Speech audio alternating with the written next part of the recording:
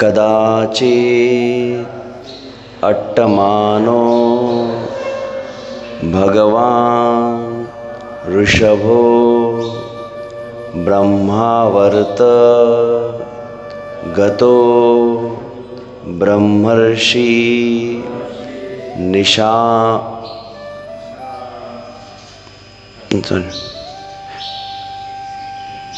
प्रवर सभायां प्रजानां निशामयन्तीनां आत्मजान् अभयितात्मना प्रश्रय प्रणय भर सुयंत्रितान् अपि उपशिक्षयन् इति होवाच।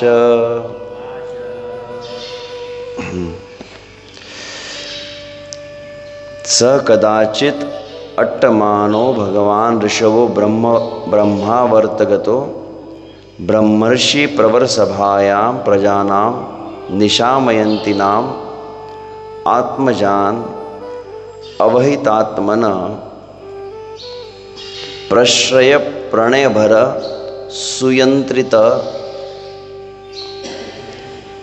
सुयंत्रितान् उपशिक्षितान् इति होवाच।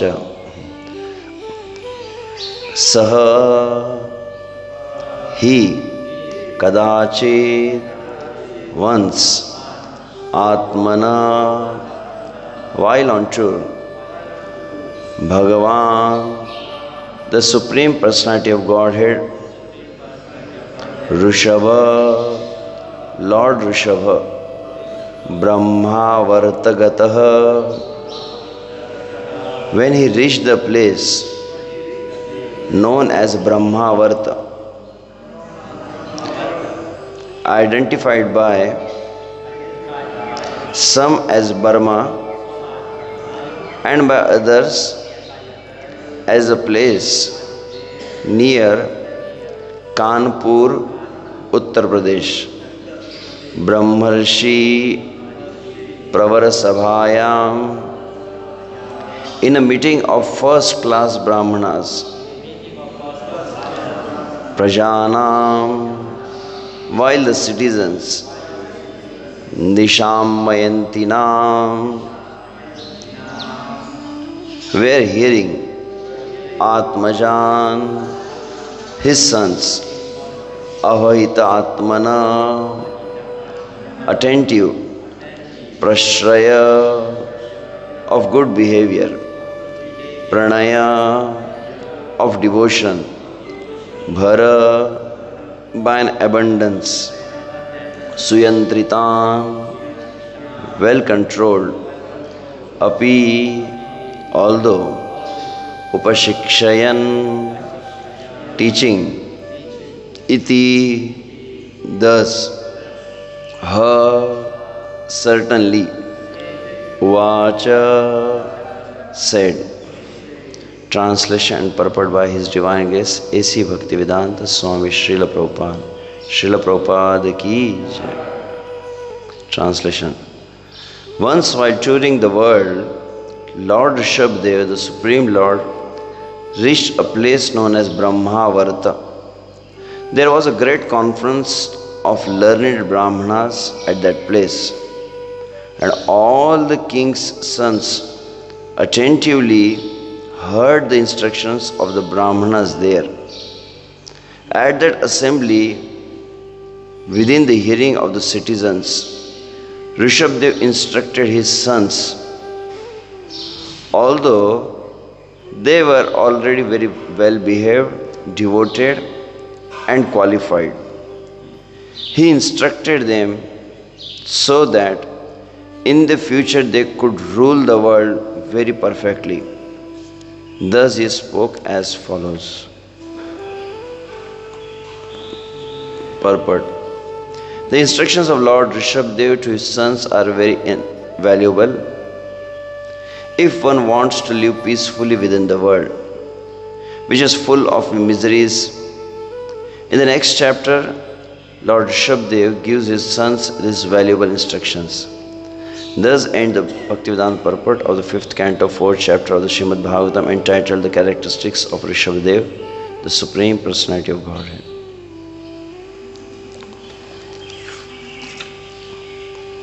Om Ajnanatimirandasya Jnananjanashalakaya Chakshunmilitamena Tasmai Shri Guruve Namah. Shri Chaitanya Manobhishtam Sthapitam Yena Bhutale Swayam Rupa Kada Mahyam Dadati Swapadantikam.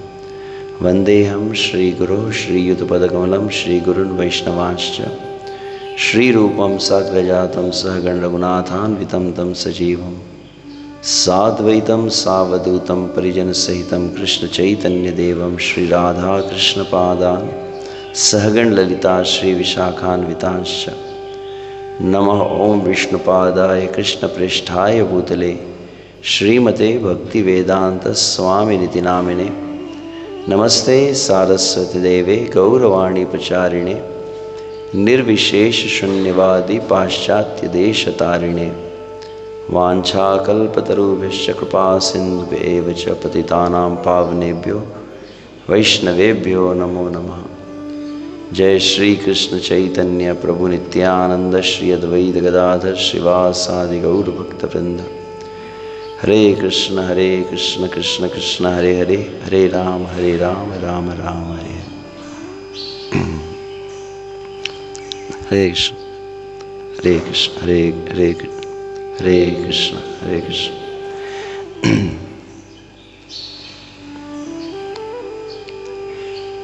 तो सर्वप्रथम श्री कृष्ण बलराम मंदिर उपस्थित समस्त भक्तों के चरण में सादर अभिवादन। विश्व से कई वरिष्ठ वैष्णव जन भी यहाँ उपस्थित हैं। तो ये भगवान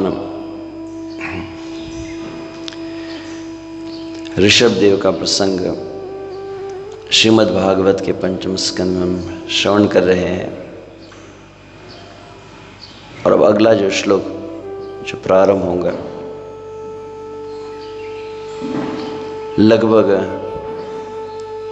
श्रील प्रभुपाद 1965 में जब अमेरिका पहुँचे और 1977 तक 12 वर्ष के अंतराल में श्रील प्रभुपाद संपूर्ण विश्व में जब भ्रमण किए हैं, सबसे अधिक श्रीमद् भागवत के जिस श्लोक को श्रील प्रभुपाद उच्चारित किए उसमें से प्रमुख रूप से यह भगवान ऋषभदेव के वचन है।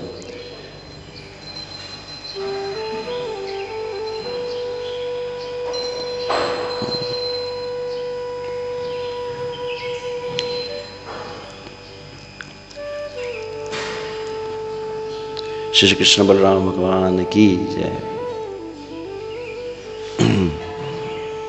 तो इसको हम आगे श्रवण करने वाले हैं।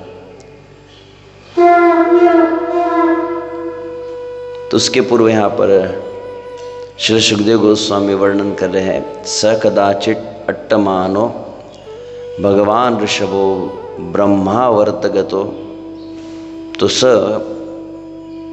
तो वे ऋषभदेव जिनको यहाँ पर भगवान के रूप में संबोधित किया गया है,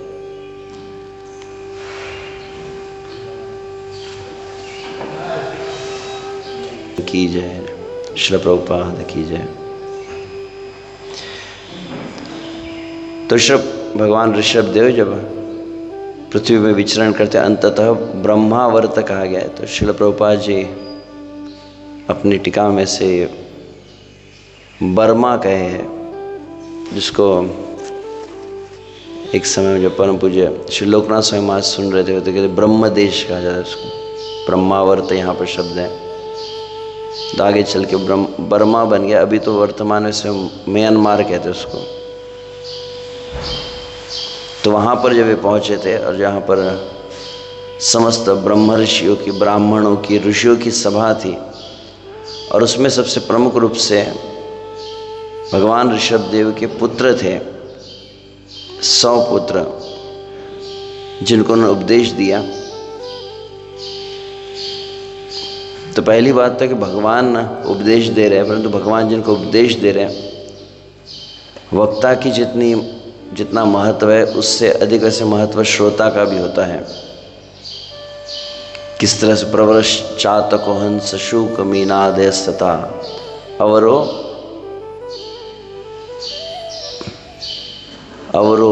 वृष भूरुंड अवरो वृक भूरुंड वृष उष्ट्राद्य प्रकीर्तितः। स्कंद पुराण में बतलाया गया है, भगवान की जो कथा सुनते हैं, कथा सुनने वालों की भी श्रेणी अलग अलग बतलाई गई है। प्रवरश चातक हंस शूक मीनादय सता अवरो वृक भूरुंड वृष उष्ट्राद्य प्रकीर्तितः। तो स्कंद पुराण इस बात को कहता है कि श्रोता कैसा होना चाहिए और कैसा नहीं होना चाहिए। तो कैसे नहीं होने चाहिए तो 4 श्रेणी बताई, और कैसे होने चाहिए उसके 4 प्रकार बताए। तो कैसा नहीं होना चाहिए तो उसमें 4 बताए, 4 श्रेणी है। वृक मतलब इसको कहा जाता है भेड़िया।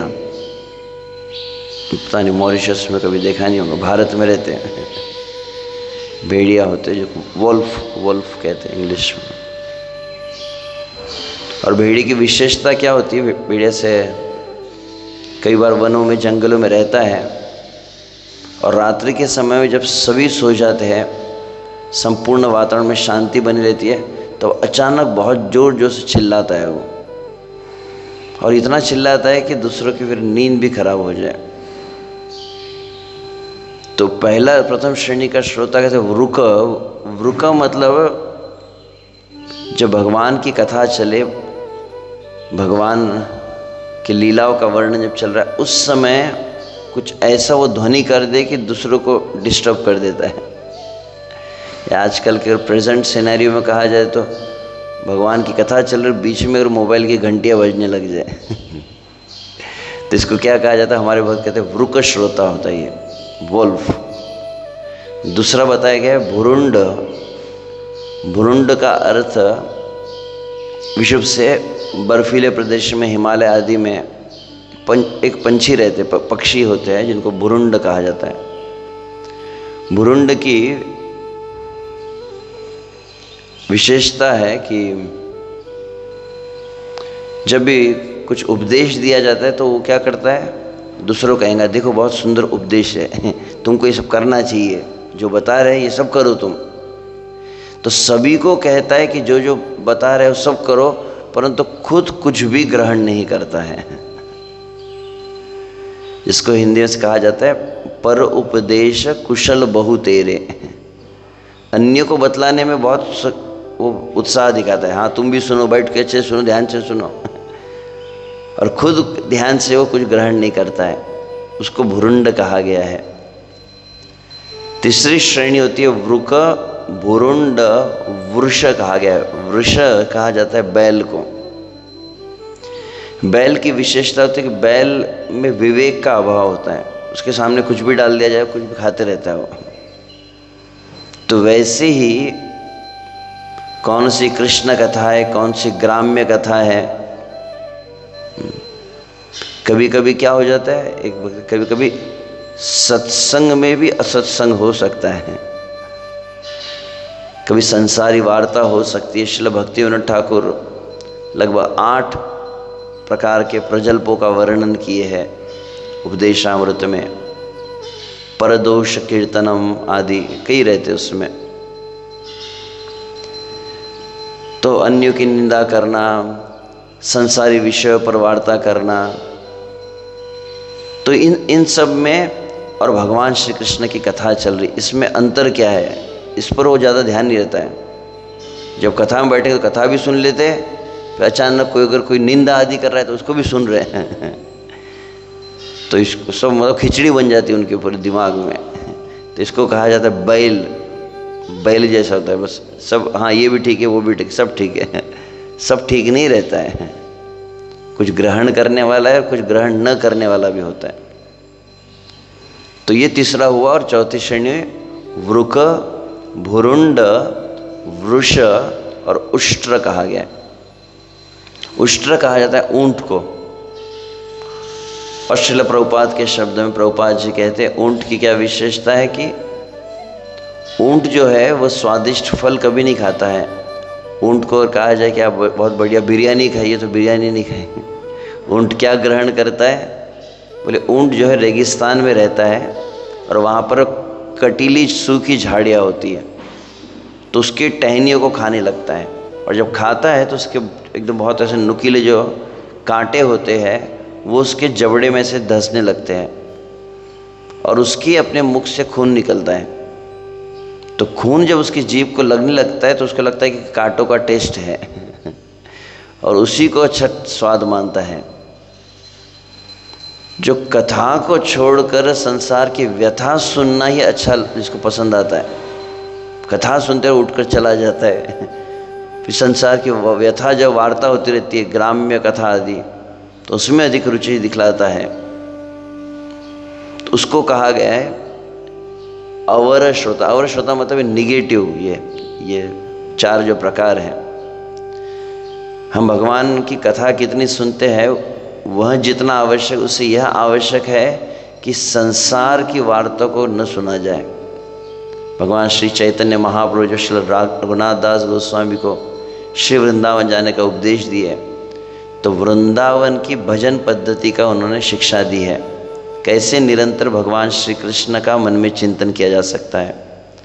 और तब वहाँ पर यह प्रमुख वचन है, ग्राम्य कथा ना सुनीबे, ग्राम्य कथा ना कहिबे, भाल ना परिबे आर भालो ना खाइबे और भालो ना परिबे, अमानी मान दहैया कृष्ण नाम सदा लइबे, व्रजे राधा कृष्ण सेवा मानस करिबे। तो 7 बातें बताए हैं भगवान का मानसी चिंतन यदि करना हो, राधा कृष्ण की लीला का चिंतन करना, तो उसके लिए पहले 7 बातें कही गई है। ग्राम्य कथा ना सुनीबे, ग्राम्य कथा ना कहिबे, भालो ना खाइबे और भालो ना परिबे कहा गया। तो सबसे पहली चीज़ जो कही गई है, संसारी कथा को न सुनना और संसारी कथा को मुख से न कहना। और फिर बहुत अधिक अच्छा खाने में, अच्छा पहनने के विचार न करे।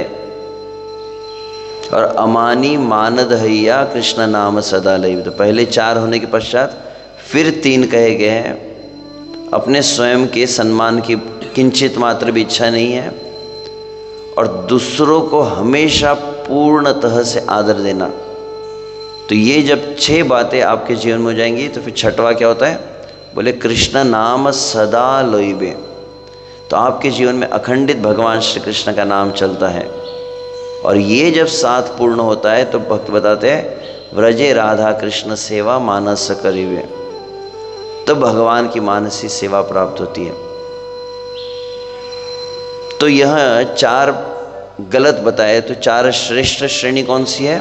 तो कहा गया प्रवरश चातको हंस शुक मीनादयस तथा। तो प्रवर मतलब श्रेष्ठ कौन से है? तो सबसे पहला कहा गया है, ऐसे क्या कहेंगे, असेंडिंग ऑर्डर में है, तो 4 3 2 1 कह सकते हैं। तो चौथे नंबर पे कहा गया चातक। चातक पक्षी की विशेषता है, चातक पक्षी होता है वह क्या करता है, उसकी अनन्य निष्ठा होती है केवल और केवल वर्षा के जल के प्रति। कहा जाता है स्वाति नक्षत्र का जो जल होता है वो जल की बूंद को छोड़कर और कुछ ग्रहण नहीं करता है। वो भले ही उसके सामने बहुत सुंदर सरोवर होगा, यहाँ तक कि गोस्वामी तुलसीदास अपने विनय पत्रिका में चातक का वर्णन किए हैं, और वहाँ पर भी कहते हैं कि बस चातक पंछी यदि मान लीजिए प्यास के मारे मर रहा हो और उड़ते उड़ते एकदम कमज़ोर हो गया और गिर गया, कहाँ गिर गया? बोले गंगा नदी में गिर गया। गंगा नदी में गिर रहा है, प्राण निकल रहे, तो क्या करेंगे? वो गंगा नदी के ऊपर अपना मुंह रखेंगे। क्यों? बोले गंगा का पानी मुंह में नहीं जाना चाहिए। किस लिए? क्योंकि केवल और केवल वहाँ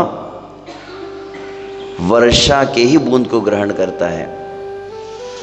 तो वैसे ही जो भगवान की कथा को एकाग्र चित्त होकर जब श्रवण करते हैं, श्रील प्रभुपाद श्रीमद् भागवतम प्रथम स्कंद अध्याय 3 के अंतिम श्लोकों में जहाँ पर श्रील सूत गोस्वामी बतलाए हैं शौनक आदि ऋषि को कि यह जो भागवत की कथा है, ये श्री सुखदेव गोस्वामी ने गंगा नदी के तट पर परीक्षित महाराज कही थी, और उस समय मैंने एकाग्र चित्त होकर इसको जैसे सुना था।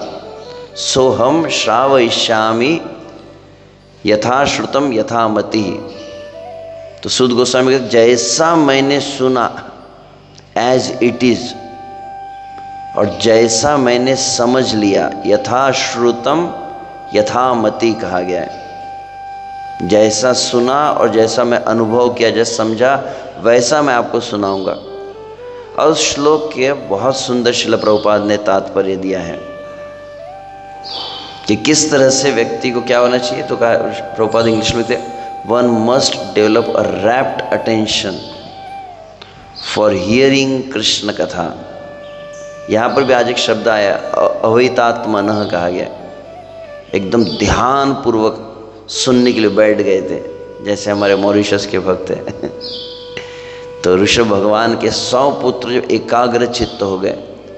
और श्रील प्रभुपाद वहाँ स्पष्ट रूप से कहे, जब प्रामाणिक भक्तों के मुख से एकाग्र चित्त होकर एकदम विथ रैप्ट अटेंशन जब आप श्रीमद् भागवत के शब्दों को सुनेंगे और श्रीमद् भागवत को पढ़ेंगे, श्रीमद् भागवत के प्रत्येक पन्ने पर आपको साक्षात भगवान श्री कृष्ण का दर्शन होगा। जहाँ तो मुझे याद है, शायद प्रभुपाद जी ने उसकी तात्पर्य में 2 बार एक ही लाइन कही है, one can see Krishna in every page of Bhagavatam. और ऐसा नहीं कि प्रभुपाद केवल कोई काव्यात्मक अलंकार में के लिए एकदम पोइट्री के लिए कह दिया हो। श्रील प्रभुपाद के शिष्यों से हम सुन रहे थे, प्रभुपाद जी ने इसको अनुभव किया है, प्रभुपाद स्वयं अनुभव किए हैं। श्रील प्रभुपाद के शिष्य रामेश्वर प्रभु, हाल ही में हम जब मायापुर धाम में थे, हम उनका दर्शन प्राप्त किए, और वो अपना अनुभव बता रहे थे कि एक समय रामेश्वर प्रभु जब भारत में थे और उनकी भेंट हुई। किन से भेंट हुई?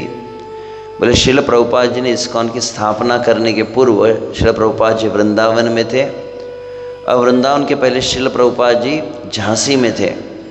वृंदावन के पास में एक स्थान है झांसी, जहाँ पर प्रभुपाद जी ने सबसे पहले प्रचार प्रारंभ किया था वानप्रस्थ लेने के उपरांत। और वहाँ पर प्रभुपाद जी ने एक ही भक्त को शिष्य बनाया था, और उसका नाम था प्रभाकर मिश्रा। तो रामेश्वर बताते हैं कि प्रभाकर मिश्रा से जब प्रभुपाद जी मिले थे और तो उनसे दीक्षा आदि ग्रहण की, उनके साथ में रहने लगे उस समय। और वहाँ पर वो बता रहे थे कि प्रभुपाद जी पूरा दिन जो है अलग अलग लोगों से मिलने के लिए जाते थे, आसपास के गांव में जाके पदयात्रा पैदल जाके कीर्तन करते थे।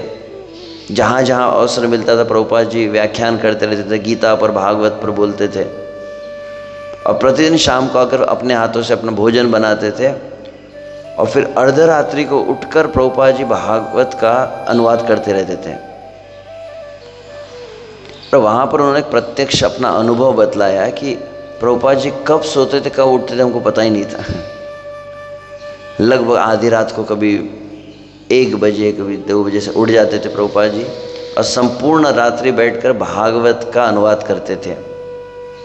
तो एक बार तो हमने जो हयग्रीव प्रभु से जो सुना, हयग्रीव प्रभु कहे कि प्रभुपाद जी क्या करते थे। बोले प्रभुपाद जो है से भागवत के ग्रंथ को रखते थे। मूल भागवत संस्कृत में होता है, और उसका जो संस्कृत में टीका है, अभी तो आजकल अब सॉफ्ट कॉपी मिलती है इंटरनेट पर मिल जाती है, जिसमें लगभग नहीं तो भी 20-25 आचार्यों की टीका है एक एक श्लोक पर। एक श्लोक रूप गोस्वामी, सनातन गोस्वामी, विश्वनाथ चक्र ठाकुर, जीव गोस्वामी, श्रीधर स्वामी,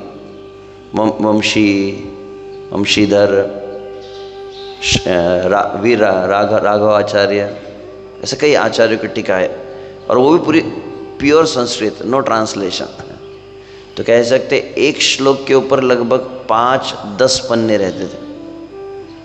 विचित्र बात है, प्रभुपाद के पास संस्कृत में भागवतम है, संस्कृत कमेंट्री है, श्रील भक्तिविनोद ठाकुर की बंगाली में श्रीमद् भागवत पट्टिका है, भक्ति सिद्धांत सरस्वती महाराज की बंगाली में भागवत पट्टिका है। तो वो भक्ति सिद्धांत सरस्वती, भक्तिविनोद ठाकुर, सभी आचार्य और मूल संस्कृत भागवतम, ये सब एक साथ रखा है। और ये सबको प्रभुपाद देखते थे, प्रभुपाद से माला की जप करते थे, हरे कृष्णा, फिर देखेंगे, फिर हरे कृष्ण जप करते थे, और जप करके फिर देख लेते थे। फिर अचानक प्रभुपाद और रिकॉर्डिंग की मशीन उठा देते, डिक्टाफोन जिसे कहा जाता है, और पूरा सार आने वाले 10,000 साल के लिए इंग्लिश लैंग्वेज में प्रभुपाद बोलते थे, जो प्रभुपाद के लिए फॉरेन लैंग्वेज थी। बंगाली संस्कृत पढ़ना, और सार क्या है, जो आने वाले कलयुग के सभी जीवों का कल्याण करेगा। जिस तरह से रामानंद राय भी कहते हैं, कविराज गोस्वामी इस बात को कहते हैं, वक्ता श्री चैतन्य ऐसे कहते हैं, कि वहाँ पर कविराज गोस्वामी कहते हैं, मैं तो केवल बोल रहा हूँ, परंतु मेरे माध्यम से श्री चैतन्य महाप्रभु इसको कहलवा रहे हैं। तो भगवान श्री कृष्ण श्रील प्रभुपाद के माध्यम से इसको प्रकट किया। तो प्रभाकर मिश्रा बता रहे थे कि ऐसे वो प्रभुपाद जी हर रोज़ ऐसे अनुवाद करते थे। एक समय क्या हुआ, अचानक आधी रात को प्रभाकर मिश्रा को थोड़ी आँख खुल गई। तो आँख खुली, थोड़े से लघु शंकाल के लिए sir for call of nature जिसको कह सकते हो, वो जाने का विचार किया। तो जब जाने लगे तो उठे तो उन्होंने देखा कि एक कमरा था जहाँ पे प्रभुपाद जी रुक रहते थे। उस कमरे की लाइट तो चालू थी, तो पता है नॉर्मल कि प्रभुपाद के कमरे की लाइट चालू है, तो प्रभुपाद जी उठकर भागवत का अनुवाद कर रहे होंगे। ये जब जा रहे थे, इनके मन में इच्छा हुई कि चलो मैं जाके देखता हूँ। तो थोड़ा जब पास में जाने लगे, क्या देखा कि रूम में कुछ ज़्यादा ही प्रकाश, जैसे दिन का उजाला होता है ना, एकदम ऐसा एकदम उजाला आ रहा था। तो इनके मन में थोड़ा इच्छा हुई जाकर देखो, तो थोड़ा उन्होंने झाँक कर देखा, और क्या देखा कि प्रभुपाद जी कमरे में घूम रहे थे, ऐसे माला लेकर जप कर हरे कृष्ण कृष्ण, और प्रभुपाद घूम रहे हैं। परंतु विशेष बात, कोई रात को जैसे नींद से उठता है ऐसा नहीं, प्रभुपाद एकदम फ्रेश दिख रहे थे, और प्रभुपाद के मुख पर बहुत ऐसा कुछ तेज आ रहा था, प्रसन्नता आ रही थी। यहाँ तक तो ठीक था। अब क्या देखा कि उसने कि प्रभुपाद जी गले में तमाल पुष्प की जो माला होती है, तमाल वृक्ष के जो फूल होते हैं ना, उस तमाल फूलों की जो ऐसे बड़ा बड़ा बॉल जैसा गोल रहता है फूल, वो केवल वृंदावन में आपको देखने मिल, वृंदावन में है, मायापुर तरफ भी बंगाल में देखने मिलता है। तो वो तमाल के फूलों की बहुत बड़ी सी माला, जो प्रभुपाद जी की हाइट भी से कम है, तो माला जो एकदम घुटने तक आती है, इतनी बड़ी माला एकदम, और एकदम ताजे ताजे फूल है, और बहुत सुगंध आ रही है। ऐसे हार वो पहना होता, प्रभुपाद जी पहने होते और पहन के घूम रहे थे। अब इनको आ रही थी नींद, और नींद में आँख खोल कर और देख रहे थे ऐसे ऐसे मलते हुए, क्या हो रहा है। तो उनको समझ में नहीं क्या हो रहा है, एकदम दिन का उजाला, क्या दिन सुबह हो गई क्या। और प्रभुपाद जी हार पहने, क्योंकि झांसी में तमाल का वृक्ष नहीं दिखाई देगा आपको, वृंदावन में तो भी। अच्छा सॉरी गलती है, कदम पुष्पों की मालती। तो कदम के वृक्ष झांसी में नहीं प्राप्त होते हैं। तब वह कहा जाता है कि वो तब चले गए, ध्यान नहीं दिया, तो नींद में थे, थोड़ा अपना वॉशरूम गए, फिर जाके सो गए। परंतु आँख खुली तो लगा कि कुछ सपना देख रहा था कि मैं, कुछ तो भी ऐसा रात को प्रभुपाद जी हार के साथ दिखे थे, स्वामी जी क्या हुआ। रहा नहीं गया, वो स्नान वगैरह करके फिर गए, बोले स्वामी जी दंडवत प्रणाम। बोले स्वामी सब ठीक है, मैं रात को मेरी आँख खुली थी, मैं आपके कमरे के पास आया और ऐसा देखा। तो ये क्या था। अचानक प्रभुपाद जी ने विषय बदल दिया, आज हमको यहाँ पर जाना है, ये इनसे मिलना है, ये कार्यक्रम है, ऐसे ऐसे, और ऐसे बाकी की चर्चा में व्यवहार में चले गए कि प्रभुपाद जी ने विषय को टाल दिया। प्रभुपाद पूरे दिन सेवा भी करते रहे, फिर जब हुआ अलग अलग प्रसाद लिए, फिर बाहर गए प्रभुपाद। परंतु ये प्रभाकर के दिमाग में ही चल रहा था कि क्या था रात को। और तब फिर लगभग शाम हो गई, तो शाम को प्रभुपाद जब वापस आए, फिर गौर आरती हो रही, कीर्तन चल रहा है, फिर प्रभुपाद अपने कमरे में बैठे थे, फिर से आके उसने दंडवत प्रणाम किया। बीच बीच में पूछ ही रहा था, आखिर में फिर से प्रभुपाद जी को पकड़ ही लिया कि स्वामी जी बताइए वो क्या था, क्या स्वप्न था क्या। अब प्रभुपाद जी कई अलग अलग बातें कर रहे हैं, फिर वो घुमा, नहीं मगर वो स्वामी रात को क्या था। बहुत ज़्यादा बार बार जब पूछने लगा तो प्रभुपाद जी पहले तो कुछ बताए ही नहीं, और आखिर में प्रभुपाद जी अपने सिर ऐसे नीचे कर दिए थे। प्रभुपाद जी की आंखें नीचे थी, और प्रभुपाद जी ने तब कहा कि स्वयं भगवान श्री कृष्ण ने मुझे आकर वो माला पहनाई थी। हरि बोल श्रील प्रभुपाद की। ये वाक्य मुझे क्यों याद, ये प्रसंग मुझे क्यों याद आता है, ये प्रभुपाद ने जो लाइन लिखी है, one can see Krishna on in every page of Bhagavatam. Prabhupada अनुभव किए जब भागवत के शब्दों को लिख रहे थे, श्री कृष्ण की प्रत्यक्ष उपस्थिति को अनुभव किए। तो वहाँ पर भागवत के प्रथम स्कंद के 3 अध्याय के तात्पर्य में प्रभुपाद जी कहते हैं कि जब तक कोई व्यक्ति शरीर से, मन से और वाणी से, unless until one doesn't become pure in words, action and mind, one can not develop the wrapped attention for hearing Krishna कथा। और जब तक व्यक्ति अपने आहार में, अपने निद्रा, जब तक व्यक्ति मन से पवित्र नहीं होगा तब तक भगवान की कथा को नहीं सुन सकता ध्यान से। और जब तक व्यक्ति अपने कार्य में, अपने शब्दों में पवित्र नहीं होगा, अपनी आदतों में पवित्र नहीं होगा, तब तक वह मन से पवित्र नहीं हो सकता है, प्रभुपाद जी ने कहा। इस तरह प्रभुपाद वहाँ पर बतला रहे थे। तो यहाँ पर मुझे स्मरण हुआ, तो प्रवरस चातक हंस शूक मीनादेश तथा कहा गया है कि सबसे श्रेष्ठ श्रोताओं में पहला कहा है चातक। चातक मतलब पानी छोड़कर, वर्षा की बूंद छोड़कर और कुछ लेता है। वैसे भगवान की कथा छोड़कर बिल्कुल संसार की बात सुनने को इंटरेस्ट ही नहीं है। जिस तरह से श्री रघुनाथ भट्ट गोस्वामी के विषय में कहा जाता है, वैष्णवेर निंदा ना पौड़ी हो काने। कविराज गोस्वामी कहते हैं रघुनाथ भट्ट गोस्वामी के विषय से, रघुनाथ भट्ट गोस्वामी भागवत को जब गाते थे तो उनके आंखों से आंसू की धाराएं बहती थी। इतना भाव कैसे आता था उनको भागवत के लिए। तो कविराज गोस्वामी एक बताया, उनके जीवन का एक स्वभाव था, पूरे जीवन में कभी भी किसी भक्त की निंदा को उन्होंने कान से सुना ही नहीं। वैष्णवेर निंदा ना पौड़ी हो काने, कान में घुसने ही नहीं दिया। कोई अगर किसी की निंदा करे तुरंत उस स्थान को छोड़कर चले जाते थे, रुकते ही नहीं थे, कान में घुसना ही नहीं चाहिए कुछ, इतना पवित्रता उनकी थी। तो चातक मतलब कौन है? चातक मतलब वह जो केवल और केवल मैं भगवान की कथा सुनाऊँ, भगवान की कथा सुनकर संसारी चर्चा को बिल्कुल नहीं सुनूंगा, उसको चातक कहा गया। चातक से भी श्रेष्ठ कौन सा है? तो कहा गया कि चातक हंस। हंस की विशेषता क्या है? बोले हंस की विशेषता है कि हंस दूध और पानी को यदि मिला दिया जाए तो बिल्कुल जो सार के रूप में दूध को ग्रहण कर लेता है, पानी को छोड़ देता है। विशेष गुण होता है। कई बार भगवान की कथा में लोग बैठ जाते हैं, सुनते भी हैं, हमारा अनुभव है। कई बार कुछ लोग होते हैं, प्रभु जी कितना बढ़िया प्रवचन बताया आपने, कितनी बढ़िया बात बताई। फिर हम पूछते क्या याद है? बहुत अच्छा था। अरे क्या अच्छा था? अच्छा था प्रवचन। अरे क्या अच्छा था? तो बोले पकड़ में नहीं आया कुछ। तो एक होता है श्रवण करना, दूसरा होता है ग्रहण करना, और तीसरा होता है फिर धारण करना। तो सुनने में first is to hold, first to hear, second is to grasp and third is to hold, जिसको कहा जाता है धारण करके रखना। सुखदेव जी जब राम जी कथा कह रहे तो क्या कहे? पुंसो रामचरित श्रवणी उपधारयन आनृशन से परो राजन कर्म कर्म बंदिर विमुच्यते। कहे हे परीक्षित महाराज, भगवान राम जी कथा क्या करना चाहिए? फिर श्रवणी उपधारयन कहा गया, बहुत अच्छे से इसको ग्रहण करना चाहिए। राम जी के चरित्र को हम अपने जीवन में ग्रहण करना चाहिए, धारण करना चाहिए।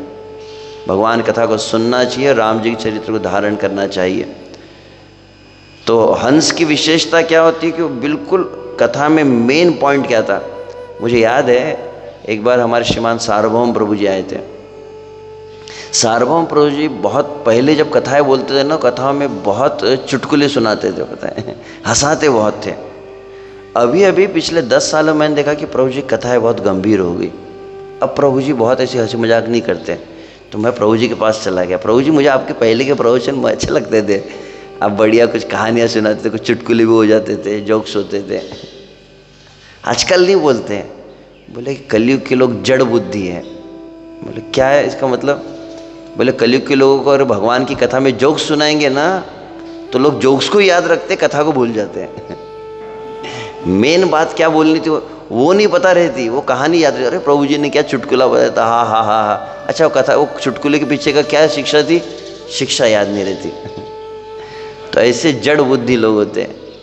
हंस का मतलब क्या है, कथा में एकदम सार बात क्या है, मुझे क्या ग्रहण करना है, मुझे कैसे भजन करना है, अपने जीवन में कैसे उसका मनन करना है, ये चीज़ पूरा जो एसेंस पकड़ लेता है, ऐसा जो श्रोता होता है एकदम पवित्र बुद्धि वाला, उसको कहा गया हंस।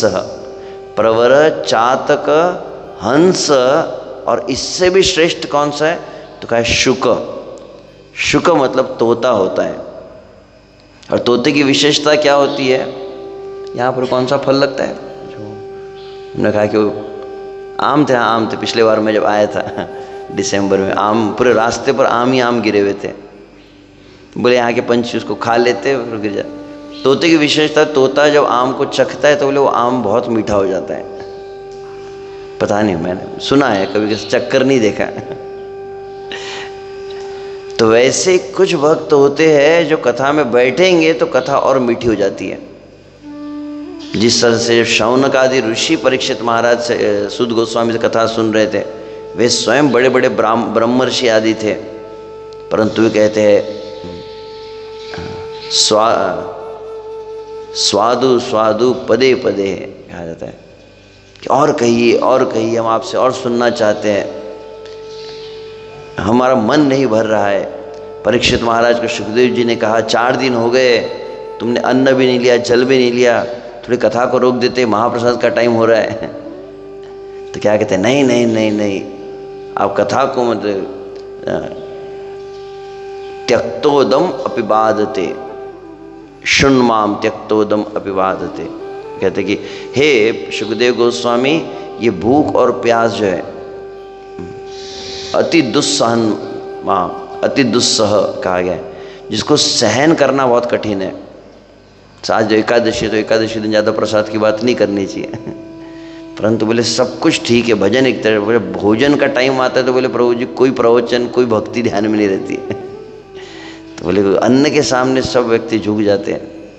तो वहाँ पर कहते हैं कि भोजन को और प्यास को सहन नहीं किया जा सकता है, परंतु हे सुखदेव जी, आपके मुख से कथा का अमृत जो सुन रहा हूँ, तो बोले ये चीज़ मुझे प्रभावित नहीं कर रही है। कहिए कहिए, पिबंतम त्वम मुखाम भोजम च्यूतम हरि कथामृतम। तो परीक्षित जैसे श्रोता होते हैं जो बार बार पूछते, कभी कुछ कथा में आप देखें कुछ भक्त होते हैं एकाग्र चित्त होकर, कैसे जैसे हनुमान जी बैठते हैं, यत्र यत्र रघुनाथ कीर्तनम तत्र तत्र कृतमस्तकांजलि वाष्पवारी परिपूर्ण लोचनम नमत मारुत राक्षसांतकम। यहाँ पर कहा गया जब भगवान की कथा चलती राम जी की, तो क्या होता है, जैसे ही राम जी का नाम ले तो बोले कि हनुमान जी, जिनको कहा गया ज्ञानी नाम अग्रगण्यम बुद्धिमताम वरिष्ठम कहा गया, ऐसे जो साक्षात सूर्यदेव से समस्त वेद का ज्ञान प्राप्त किए, जितने बुद्धिमान है, जितने बड़े विद्वान है, हनुमान जी की बराबरी कोई नहीं कर सकता। हमको अगर भक्ति शास्त्री, भक्ति वैभव, भक्ति सार्वभौम डिग्री मिल गई, अब क्या प्रवचन बैठेंगे। अब तो हम ही हो गए भक्ति वेदांत बन गए हम ही। अब हम भक्ति वेदांत स्वामी को क्या सुनेंगे, क्योंकि मन में ऐसा अभिमान आ सकता है। हनुमान जी सबसे श्रेष्ठ है, परंतु इस संसार में क्यों रुक गए। प्रभु रामचंद्र जी जा रहे थे अयोध्या के सभी वासियों को लेकर साकेत धाम, हनुमान जी ने कहा कि यहाँ पर मैं कथा सुनने के लिए रुकना चाहता हूँ। और तब मतलब हनुमान जी जहाँ जहाँ कथा होती है वहाँ पर तुरंत आके बैठते हैं। कैसे बैठते, तत्र तत्र कृत मस्तकांजलि। हनुमान जी के हाथ ऐसे झुका हुआ रहता है, सर हमेशा ऐसे नीचे झुका देते हैं, हाथ ऐसे जोड़कर ऐसे बैठते हैं। और वाष्पवारी परिपूर्ण लोचनम, और एकाग्र चित्त होते, आंखों से आंसू बहते रहते हैं, ऐसे हनुमान जी सुनते हैं। तो कहा जाता है ऐसा जो श्रोता हो, कैसा, त्यक्त त्यक्त अन्यवाद अज्ञ, वहीं पर कहा गया है त्यक्तान्यवाद कि अपने विचारों को एक तरफ रख के एकदम अज्ञ बन के, विज्ञ बन कर नहीं, विज्ञ मतलब मुझे पता है सब कुछ पता है मुझे प्रभु जी क्या प्रवचन देंगे, अब सब मुझे पता है, ये हरि नाम के बारे में बोलेंगे, ये बोलेंगे कि हरि नाम सारे कलयुग, ये सब हमको पता है। तो जैसे ही अगर आपके मन में किंचित मात्र विचार है कथा श्रवण के समय कि मुझे पता है, तो बोले उसी समय आपका ब्लॉक हो जाता है श्रवण, फिर अंदर कुछ जाता नहीं है। जैसे मैं एक बार कह रहा था कि भक्ति में प्रगति कब रुक जाती है? When advancement stops. As soon as you think you are advanced, that's the moment advancement will stop। अभी मैं एडवांस डिवोटी हूँ कहा, तो बोले फिर आगे थोड़ी बढ़ सकता है। परम पूज्य श्री जयद्वैत स्वामी महाराज कहते हैं भक्ति में आप निरंतर प्रगति करना चाहते? बोले हाँ। तो जयद्वैत महाराज ने एक उपाय बताया। क्या? बोले हर 6 महीने के बाद में इस्कॉन को फिर से ज्वाइन करना चाहिए क्योंकि एकदम नए नए रहते हैं तो बहुत सीखने की इच्छा रहती, सभी को हम दंडवत प्रणाम करते, प्रभु जी बताइए मैं कैसे भक्ति में प्रगति करूँगा, मेरा जप कैसे होगा। आप तो मुँह पुराने हो गए, अब क्या सुनना है अब सब पता है हमको। तो ये होता है शुक में ऐसी आतुरता होती है कि उसको देखते बराबर सुखदेव, परीक्षित महाराज को देखकर सुखदेव गोस्वामी मंगलाचरण बोलना भूल गए। प्रश्न सुना तो इतना अच्छा लगा, वाह वाह वाह वाह, वर्यानेशते प्रश्न कुतो लोकहितम नृतः आत्मविद सम्मत पुंसाम श्रोतव्यादिशय पर। तुरंत प्रवचन शुरू हुआ। मंगलाचरण ने राधा माधव भी नहीं बोला, प्रेम ध्वनि भी नहीं बोली, सीधा शुरू किया। और 4 अध्याय बाद में मंगलाचरण याद आ रहा है।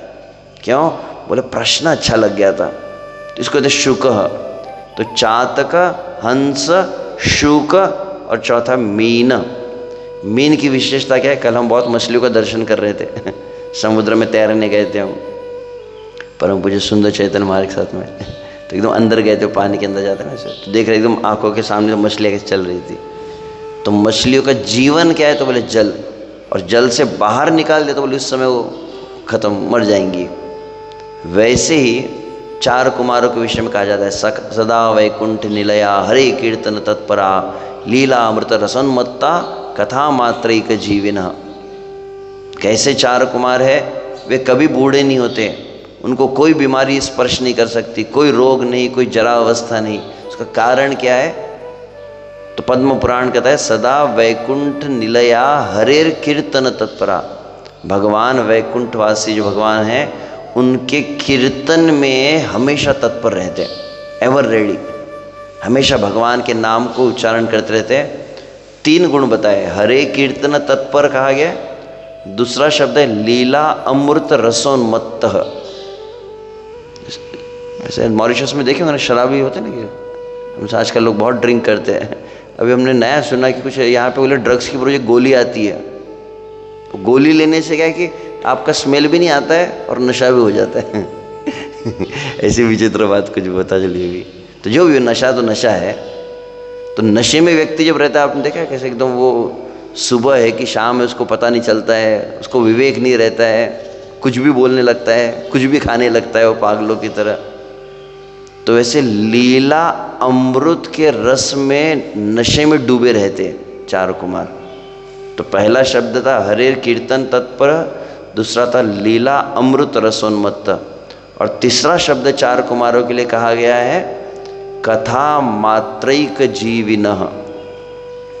कथा से अलग कर दिया तो उनके प्राण निकल जाएंगे।